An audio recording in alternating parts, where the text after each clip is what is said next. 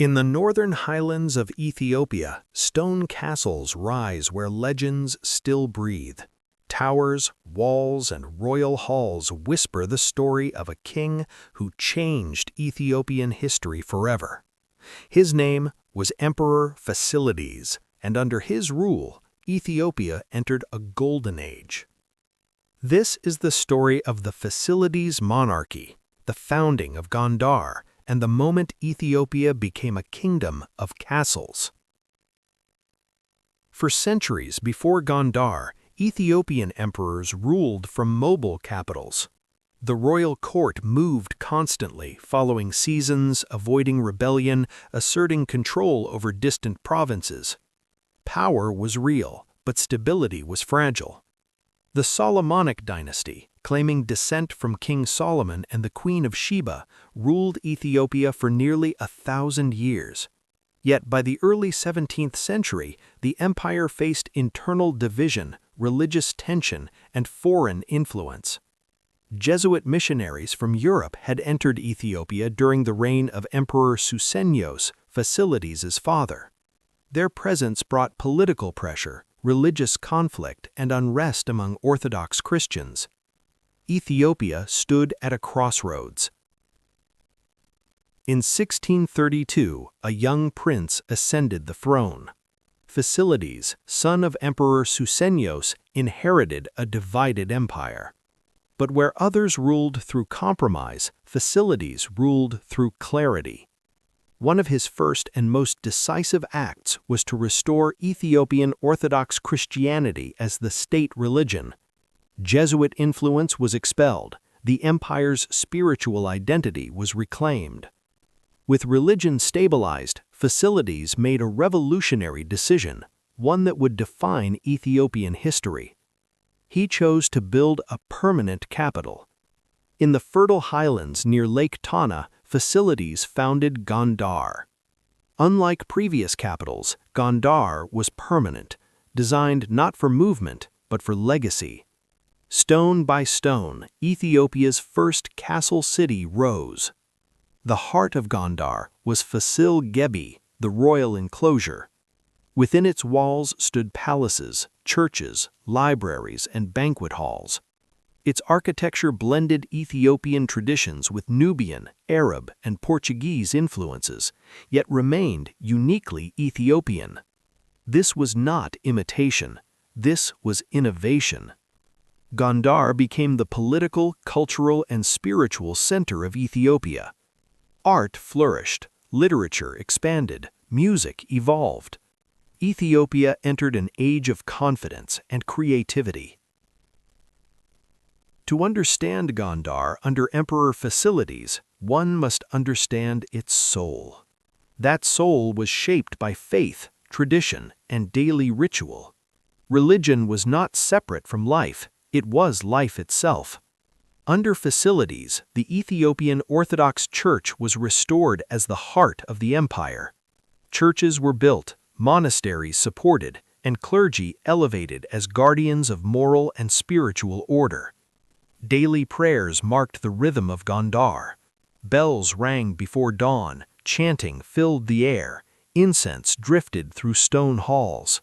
The ancient language of Ge'ez connected Gondar to centuries of sacred tradition. Every manuscript, every hymn reinforced Ethiopia's unique Christian identity, one that predated much of Europe. Around Gondar and Lake Tana, monasteries flourished as centers of learning. Monks copied manuscripts by hand, preserving theology, history, poetry, and law. These were Ethiopia's universities. Students studied scripture, astronomy, philosophy, and music. Learning was sacred work. Inside Fasil Ghebbi, life followed strict hierarchy. Courtiers, nobles, scribes, and guards filled the royal compound. The emperor appeared rarely, heightening his mystique.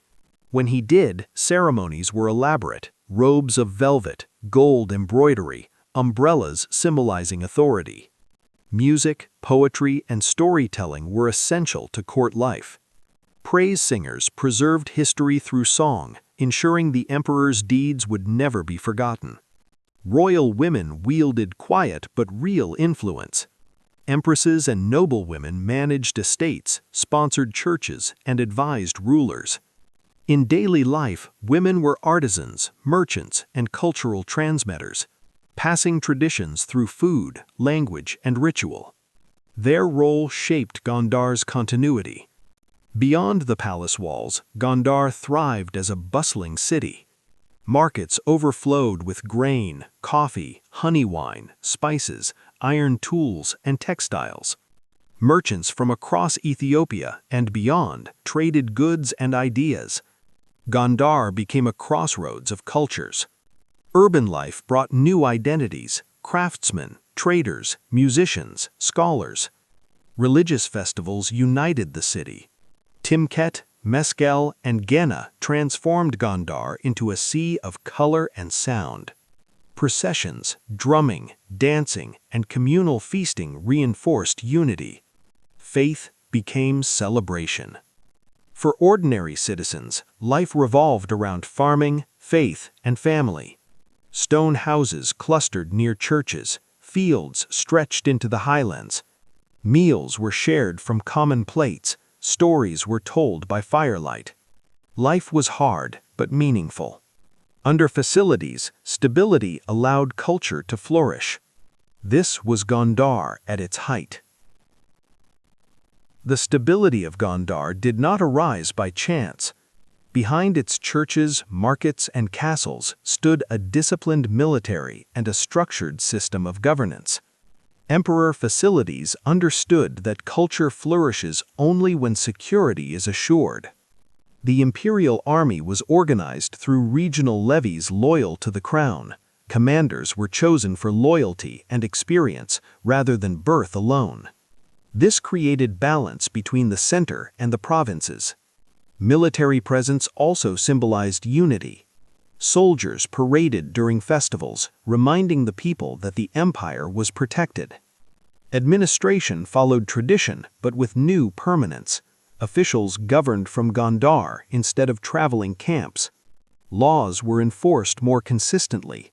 Taxes supported public works, churches, and defense. For the first time, Ethiopia felt like a settled empire. Though Fasilides expelled Jesuit missionaries, Ethiopia did not isolate itself from the world. Instead, the emperor redefined diplomacy on Ethiopian terms. Trade routes connected Gondar to the Red Sea, the Middle East, and Africa's interior. Gold, coffee, ivory, and ideas flowed through the empire. Foreign powers respected Ethiopia as an ancient Christian kingdom that resisted colonization centuries before Africa would face imperial conquest. Fasilides protected sovereignty through distance, caution, and strength. In 1667, Emperor Fasilides died, but his death did not end his vision.